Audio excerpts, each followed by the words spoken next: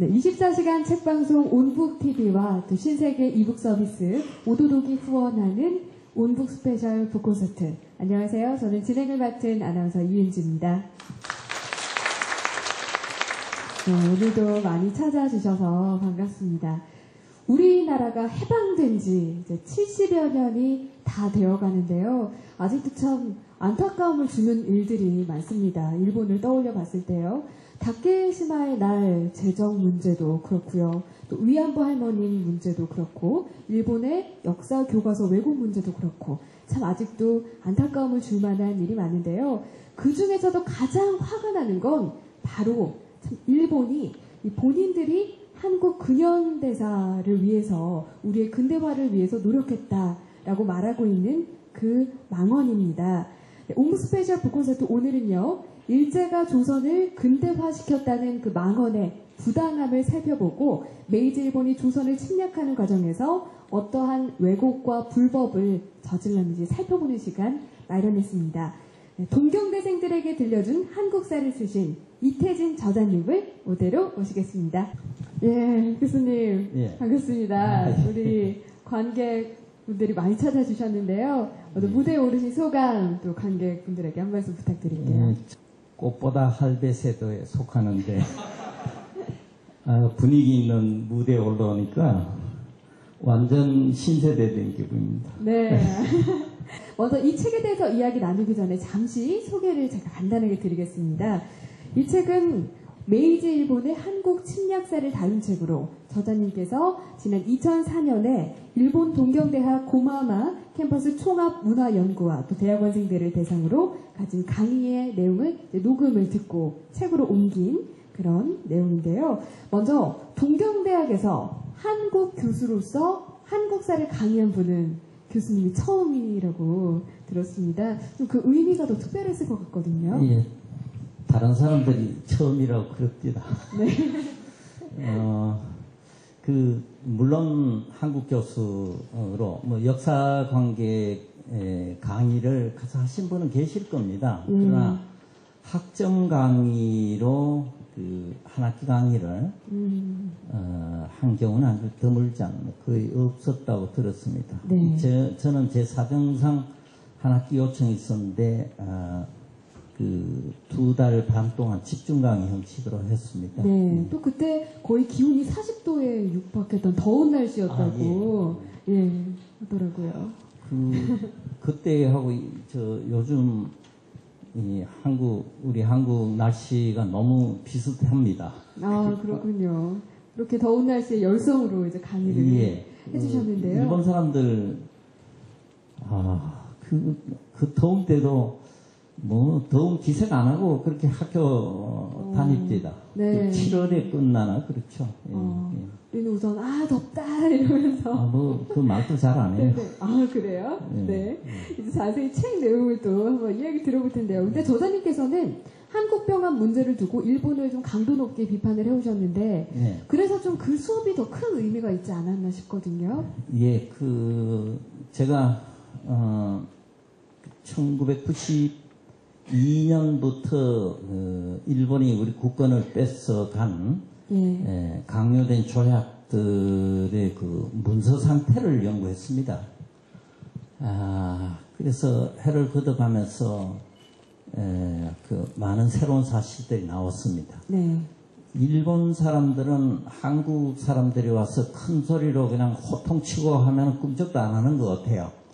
대신에 세세한 문서, 증거를 들이대면은 좀 꼼짝을 못하는 그런 성향들이 있습니다. 그래서 제가 그런 문서상의 결함들, 하자들을 잡아내서 계속 발표를 하니까 일본 학계에서 상당히 주목을 했던 것 같고 그 힘으로 초청을 받아서 강의를 하게 됐던 것 같습니다. 예, 또 일본 동경대 교수들도 열심히 그 수업을 참여를 해주셨었더라고요. 예, 저를 초청한 팀이 있었습니다. 그 대표 교수는 다카시 데스야라는 철학 전공 교수입니다.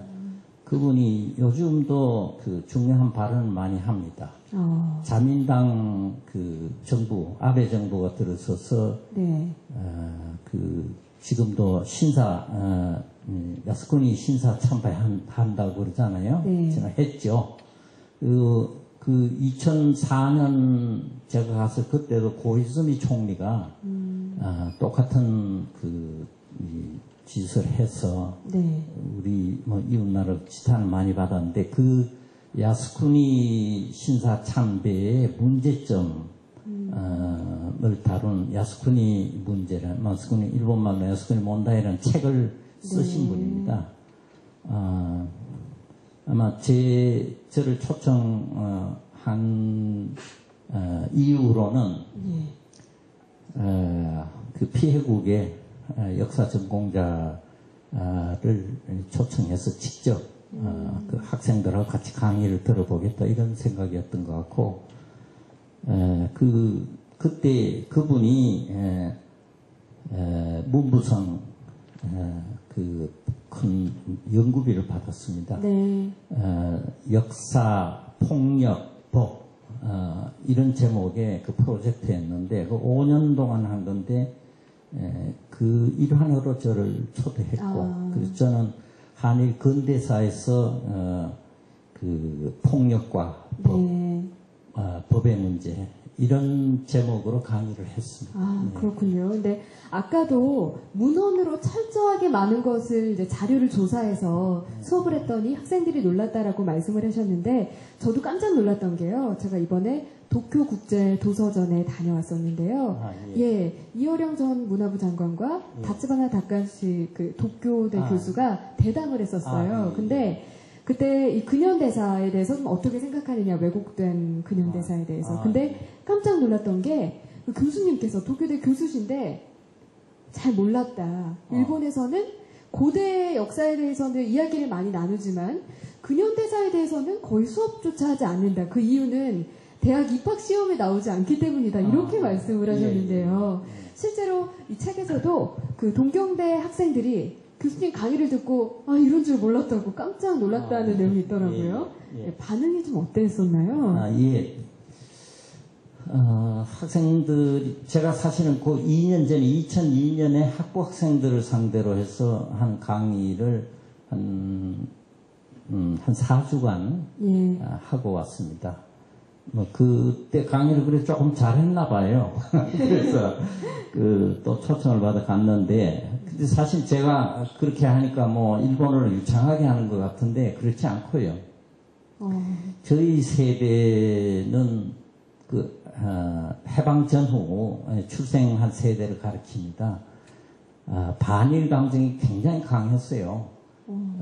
제가 대학 들어가서 이 한국사 전공을 하면서 논문이나 책이 좀 제대로 된 게 대부분 일본어로 써 있었어요. 그래서 그걸 읽기 위해서 학교 앞에 있는 일본어 학원에 가서 한 석 달 해서 책은 읽을 수 있게 됐습니다. 근데 그때 1960년대 분위기에는 일본 말을 하면은 역적으로 몰렸습니다. 그 당시에는 또. 그래서 저희는 말을 못했습니다. 근데 고맙게도 이 다카시 교수 팀들이 일본어를 유창하게 하는 박사과정 한국 학생을 세워서 강의를 했습니다. 근데 제가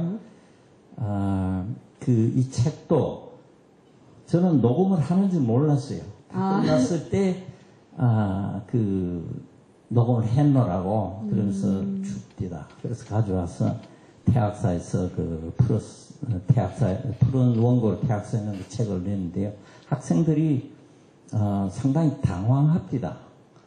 우리 이렇게 왜곡된 역사를 말해줄게요. 그러니까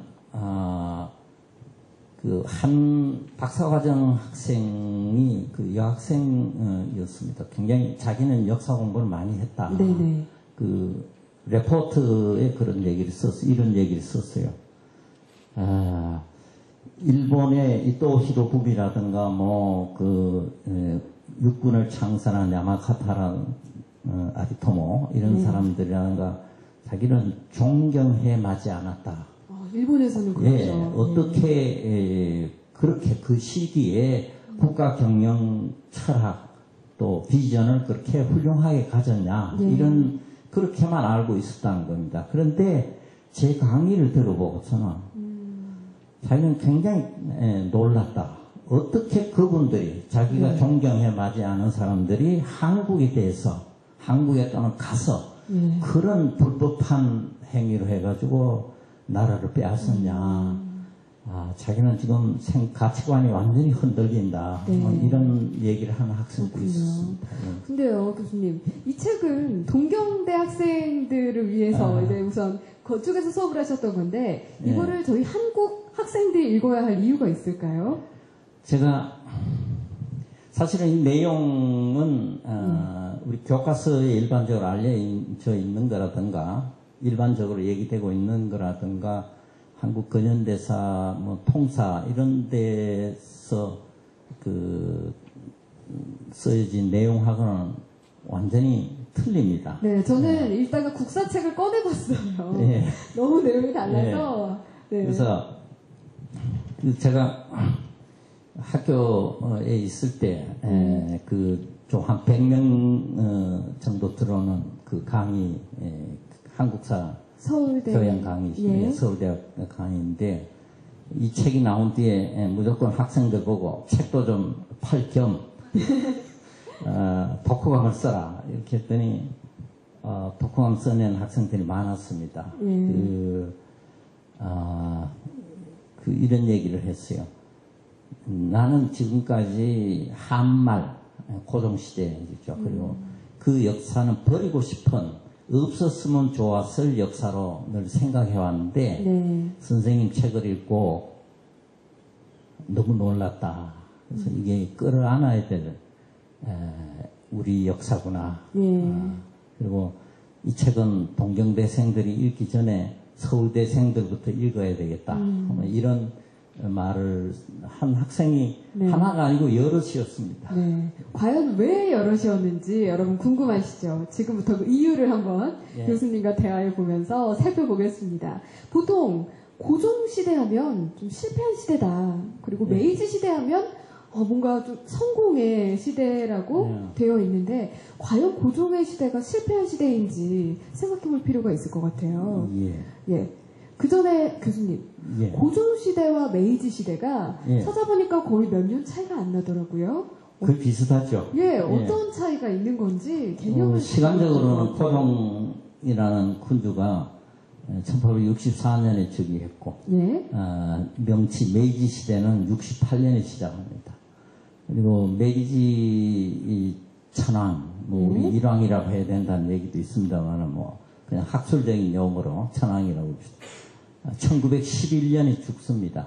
네. 고종 황제는 19년이고 거의 같은 시대. 그러나 일본의 천황은 이름이 명칭은 천황이지만 정치 실권은 없었습니다. 그러나 고종은 국정을 총 책임져야 되는 그런 실제로 책임을 진 그런 입장이었습니다. 근데 일본이 참 우리 역사를 왜곡한 시기를 살펴볼 때 거의 그 시작점이 고종시대인 것 같은데요. 왜 하필이면 그 시기부터 왜곡이 시작이 된 건가요, 교수님?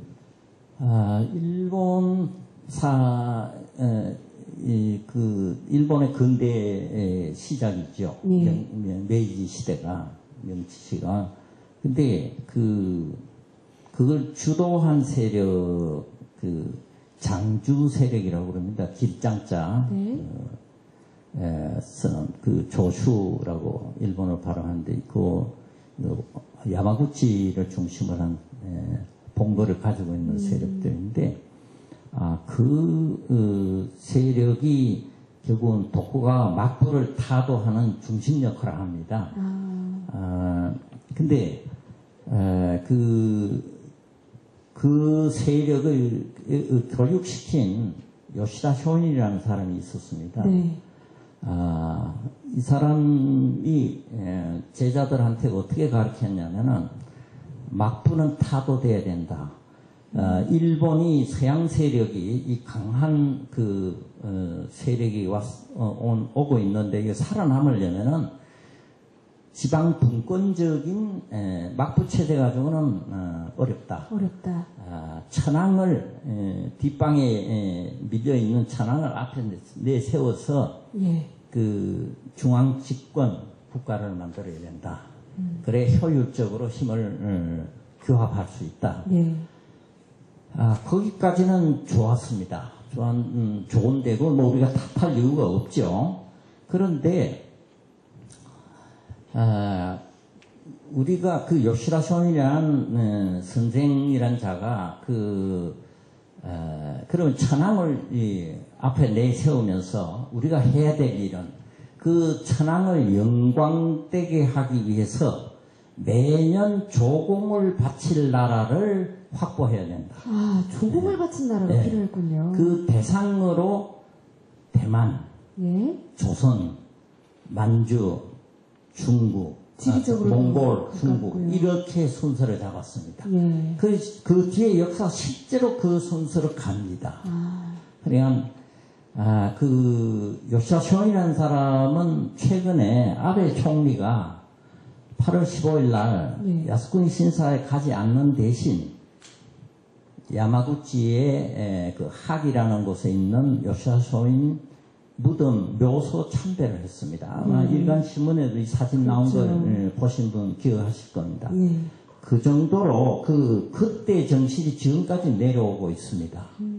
일부 정치인들은 일본 국민이 다 그렇다고는 할 수는 없습니다만. 그럼 딱 그 시기가 고종 황제. 예, 고종 시대인데 그 동시에 어떤 구상을 했냐면은 나중에 10대로 나타난 것이 대동아 공영권이라는 건데요. 그 조공을 바칠 날을 확보한다고 그랬지 않습니까? 그것이 청일전쟁, 1895년 청일전쟁 할 때부터 그 대일본 제국 건설을 염두에 두었습니다. 그래서 이 제국 일본은 과거 역사뿐만 아니라 지금 역사도 앞으로의 역사도 동양에서 제1이다.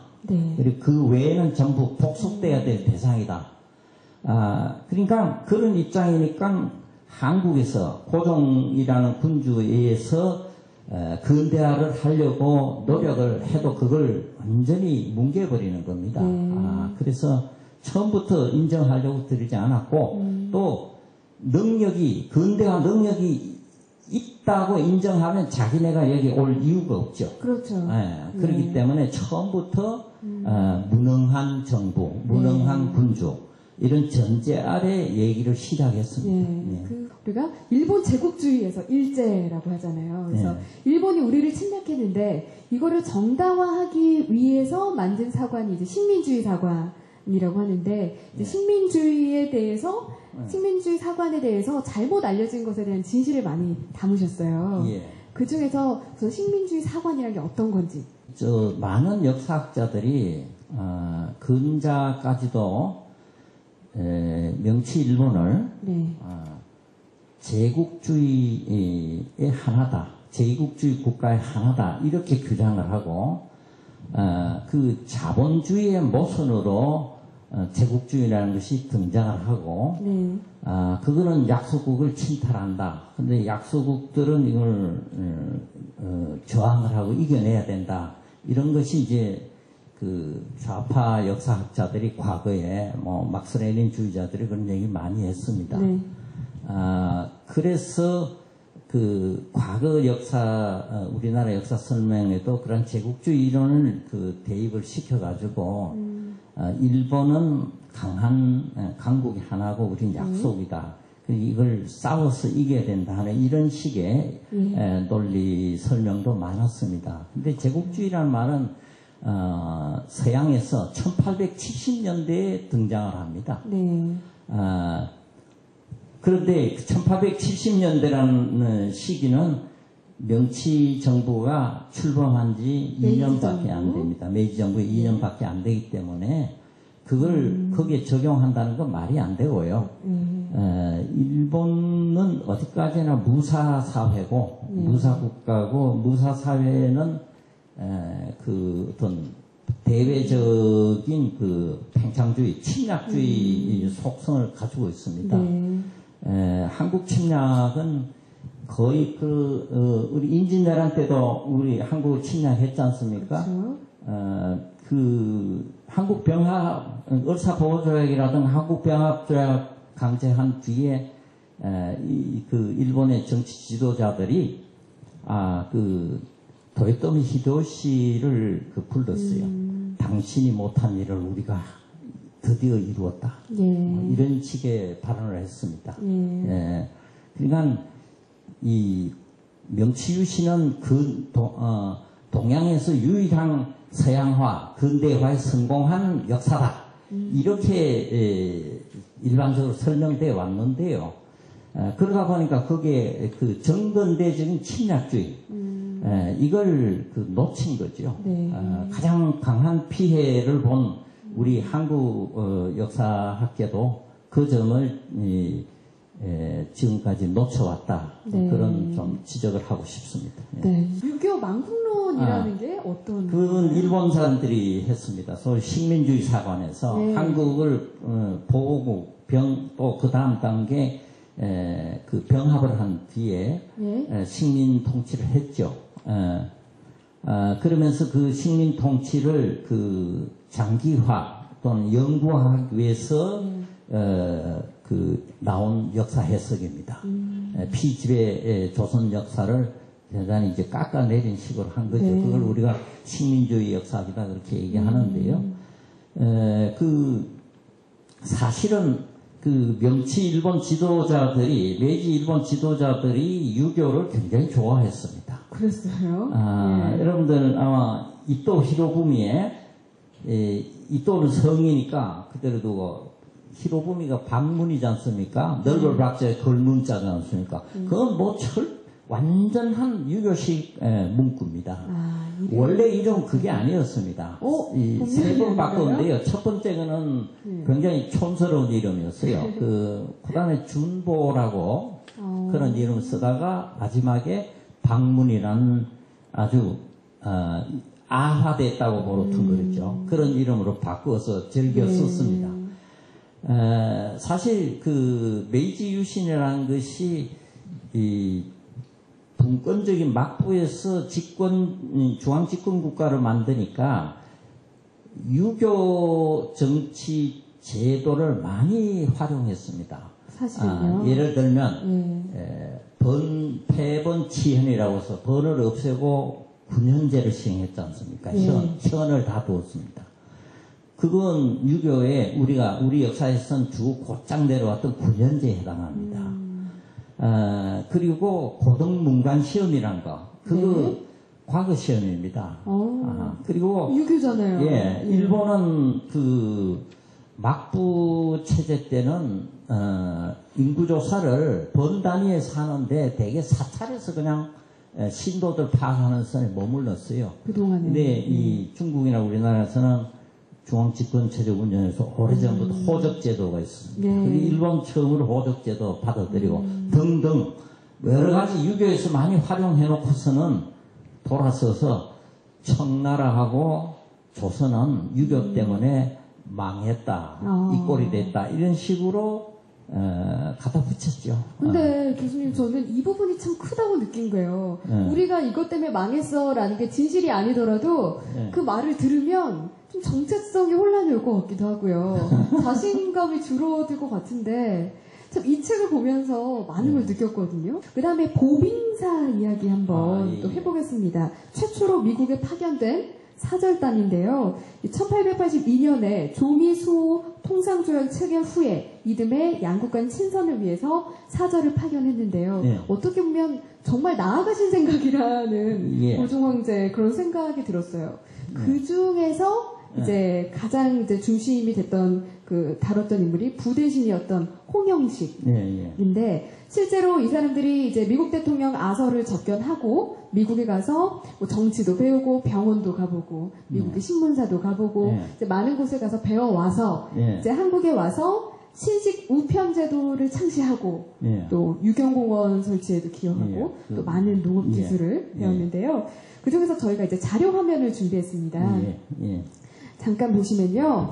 보빙사 부대신 홍영식에 대한 고종의 질문 이제 갔다 왔어요. 그래서 이제 고종이 질문을 하신 60가지 중에 저희가 몇 가지를 해봤는데요. 지금 하나씩 말씀을 부탁드릴게요. 첫 번째, 그 나라가 부강하다면 그렇다면 그 나라의 좀 정치 병제 군사제도 군사제도 왕이 좀 군사제도는 어떻게 하고 있느냐라는 걸 물어보셨는데 이건 어떤 의도이셨을까요? 그러니까 그 다음 또 해군은 육군에 비해서 어떻든가 뭐 이렇게 묻잖아요. 병제에 대해서 이제 물어봤죠. 우리가 군사력이 지금 약화되어 있기 때문에 그걸 앞으로 강화해 나가기 위한 모델을 찾는 겁니다. 미국은 어떻느냐 하고 이렇게 질문을 뭐 이 외에도 몇 가지를 합니다. 뭐 군사적인 것도 생각을 하셨고 그다음에 대통령이 교임하는 기간은 얼마나 되냐. 바뀌는 시기. 그다음에 민주제도는 높고 낮은 차별이 심하지 아니해서 우리나라처럼 계급 차별이 없다는 말이겠구나. 그리고 부통령은 대통령으로 승진하는가. 60가지 그 전체를 이렇게 보시면요. 어떻게 이렇게 나아간 생각이 궁금증이 많은가, 호기심이 많은가 하는 느낄 정도로. 그리고 또 관계되는 책을 읽었어요. 보고를 듣기 전에 이 미국에 대해서 많이 알기 때문에 질문을 이렇게 많이 하는 거죠. 아니까 또 질문할 수 있는 거잖아요. 그래서 그 중에 제가 민주제도를 알고 있었다는 얘기지 않습니까? 또 기독교도 그렇게 좀 많이 받아들이셨다고 들었는데. 그리고 그 끝에 붙어 있는 부통령은 그럼 대통령으로 승진하는 건가? 묻는 거는 이 한국식으로 생각한 거죠. 조선은 이 풍계가 올라가는 건가? 그런 거라고 할 수 있습니다. 그다음에 백성이 범사의 자유로운 생활을 누리고 있던가. 자유로운 생활을 하느냐, 하더냐. 또 사업에는 민간 기업이 많던가도 물어보셨어요. 이런 60가지를 딱 물어보신 거 보면 좀 한마디로 어떻게 정리할 수 있을까요? 고종 황제가 가장 궁금해했던 것이 무엇일까요? 당시에 그 서양 소개책이 해국도진이 뭐 이런 책들이 있었습니다. 이거 우리나라의 그 조선 시대 왕이 되기 위해서는 공부를 세자 때부터 하지 않습니까? 이분은 세자 기간 없이 왕에 올랐습니다. 그래서 12살인가 어린 나이에 즉위를 해서 아버지 대원군이 섭정하는 기간이 있었죠. 10년간. 자기는 이제 공부를 합니다. 그래서 우수한 신하들하고 20대. 거의 매일 책을 읽었습니다. 그러니까 이제 옛날 그 서적 외에 서양에 관한 서적도 이제 많이 읽어서 그리고 하여튼 미국에 대한 관심이 이렇게 많은 거는 조선이 이제 근대화를 소위 근대화 서양 문물을 받아들이면은 그 1차 제1 그 파트너가 필요하죠. 그 미국을 생각을 했어요. 그렇게 해서 이 질문이 많았고 조약도 서양 나라와 조약에서는 미국이 첫 번째였죠. 어떻게 보면 고종이 이렇게 똑똑하셨기 때문에 또 개화 정책에 많은 성과가 있어서 일본으로 하여금 빨리 끊어야겠다 이런 위기의식을 느끼게 한 게 아닌가. 그런 생각이 들더라고요. 그 청일 전쟁 때는 그 미국이 민주당 클리브랜드 대통령이었습니다. 그때 일본은 사실은 청일 전쟁 때 이미 조선을 보호국으로 만들려고 그랬습니다. 실제보다 한 10년 이상 빠르죠. 1905년이 되니까 꼭 10년 전입니다. 그때 그 고종이 클리브랜드 대통령에게 그 친서를 보냅니다. 그래서 그 한미 조약의 정신에 따라서 조미 조약입니다. 당시로는 그 제3국이 이런 그 불법한 가해를 해온다. 그럴 때는 중재해주기로 조약문에 나와 있기 때문에 그 도움을 청했습니다. 그래서 클리브랜드 대통령이 그 일본 그 내각 총리에게 편지를 보냈습니다. 그건 있을 수 없는 일이라고. 그래서 일본이 그래서 그때는 물러섰습니다. 근데 10년 뒤 러일 전쟁 하기 전에는 공화당의 그 시어도어 루즈벨트 대통령 때는 그 일본 외교관들이 그 구워 삼았어요.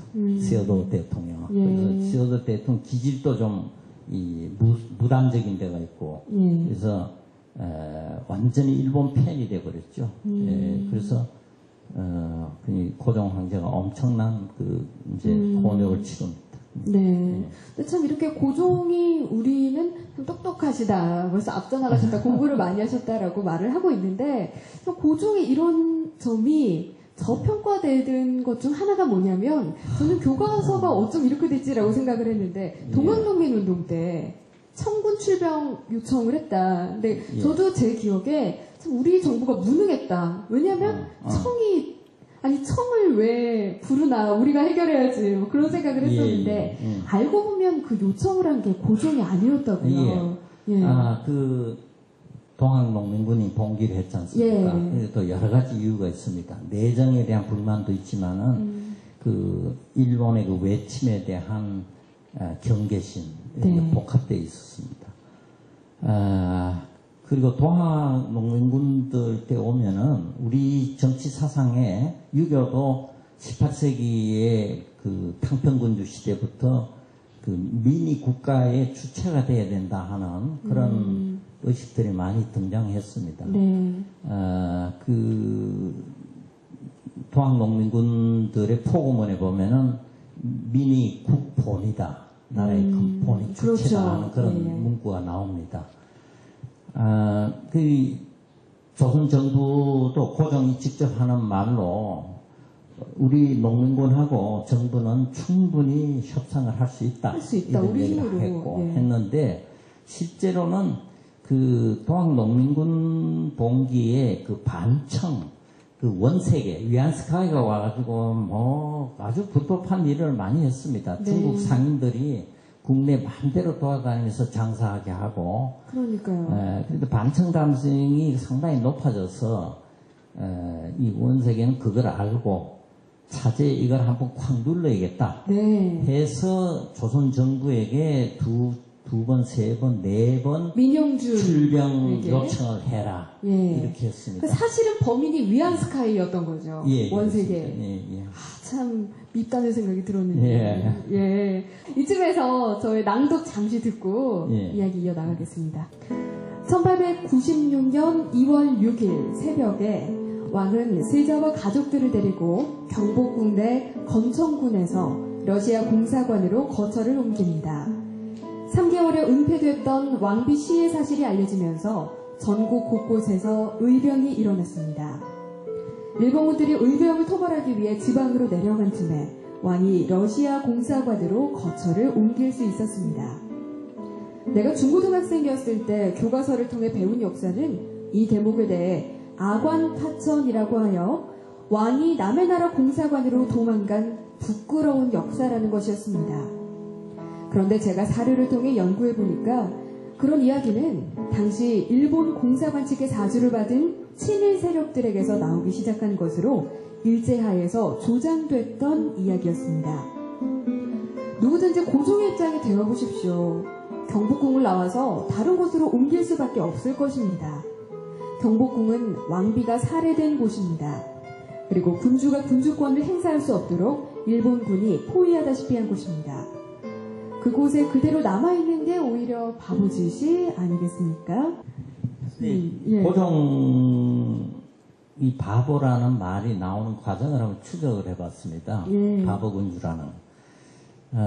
1907년에 제2차 그 헤이그 만국평화회의에 3특사로 보내지 않습니까? 예. 비밀리에.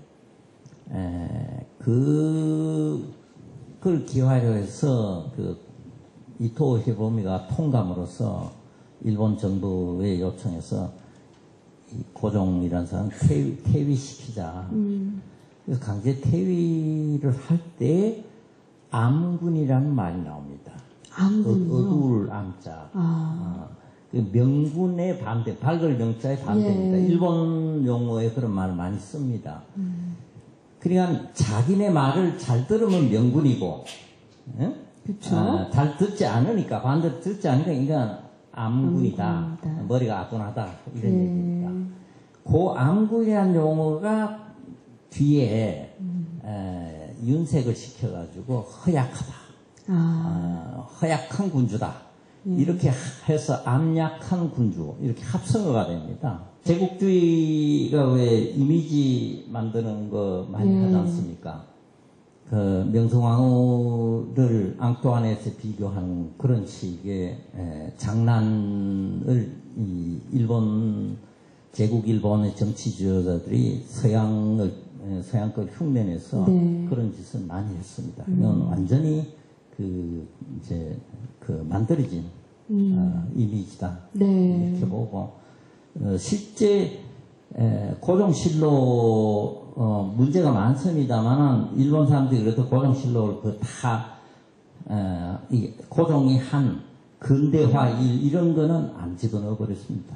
그래서 안 드러나잖아요. 근데 정말 그 다른 일반 정사를 놓고 얘기하는 그 남아 있는 것만 봐도 바보 군주로서는 도저히 할 수 없는 그런 그렇죠.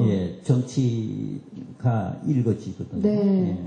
바보 군주가 아니라는 것 중에 하나는 바로 한국의 자주적인 근대화 노력이 아닐까 싶은데요. 여기에도 역시 일본의 방해가 있었습니다. 저희가 광무개혁이라고 해서 광무 연년에 이제 여러 가지를 하셨는데요. 제가 자료 화면을 준비했거든요. 전차인데요. 일본 동경보다 3년 빠르게 개통이 됐다. 이거 뭐 분명한 사실입니다. 한성전기회사라는 회사를 고종 황제가 내탕금을 내가지고 세웁니다. 기술은 미국 콜브란 보스틱사라는데 제휴를 해가지고 재밌는 거는 이 한성전기회사가 종로 2가에 현 YMCA 옆에 있었습니다. 사장을 서울시장이 경하도록 했어요. 사장을요? 그래요. 이채연이란 분인데 그래서 우선은 전기시설도 하고 장기적으로는 수도 하수 시설까지 같이 하게 돼 있습니다. 근데 이 철도 개통이 좀 근대화에 갖는 의미가 어떤 걸까요? 1880년대 미국하고 처음 그 수교를 했지 않습니까? 그때는 수호 통상조약입니다. 서양의 산업혁명이 광산개발, 철도, 전기 이게 3대 총화로 그리고 이 철도와 전기 개발을 위해서는 광산 개발이 에너지 개발로 석탄 개발하는 게 뭐 필수니까요.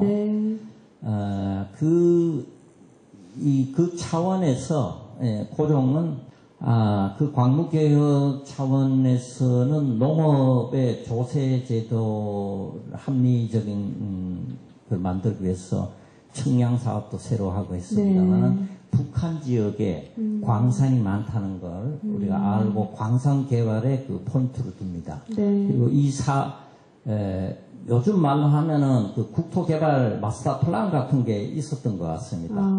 근데 그 그 서양 회사들 자본 기술이 들어오게 했죠.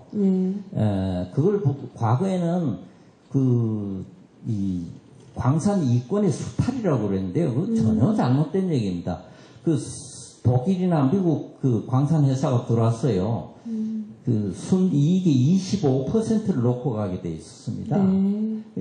그게 오히려 일본이 우리 국권을 뺏어가지고 할 때 그 외국 회사들을 나가게 하고 일본 회사만 한국 안에 있게 합니다. 그러면 1%만 놓고 와도 바꿉니다. 일본이 진짜로 이제 이권 침탈을 하는 겁니다. 근데 이 대한제국이 정상적으로 돌아갈 때는 그렇지 않았다는 얘기고요. 하여튼 그런 그 국토개발의 그 시발로 그 서울 도시개조 사업을 했습니다. 그래서 이 종로 남대문로의 그 도로를 침범한 가가라고 가기죠.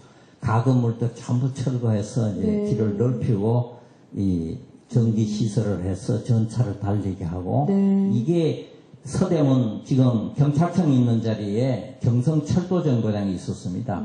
거기 연결해서 타고 전국으로 뻗어나갈 수 있는 이런 계획을 세웠습니다. 그리고 1902년에 서울뿐만 아니라 이제 북한 그 광산개발 하면은 그 중심지가 필요하다고 생각했었는지 평양을 서경으로 성격시키고 경으로 성격시키고 그 관리들을 보내서 평양 유지들하고 만나서 도시개조사업 계획을 협의했습니다. 근데 그런 진행을 저지하기 위해서 일본이 해오던 러시아와의 전쟁, 러일 전쟁을 서두릅니다. 그래서 1904년에 2월 달에 그 전쟁을 일으키고 그 당시 대한제국 정부가 평양 쪽으로 연결하기 위해서 그 진행하고 있던 서북철도 의선이죠. 서북철도 문서를 자기네가 뺏어서 이 군사철도로 병력 일본군이 여기 압록강 부대로서 진주한 상태에서 그 행사를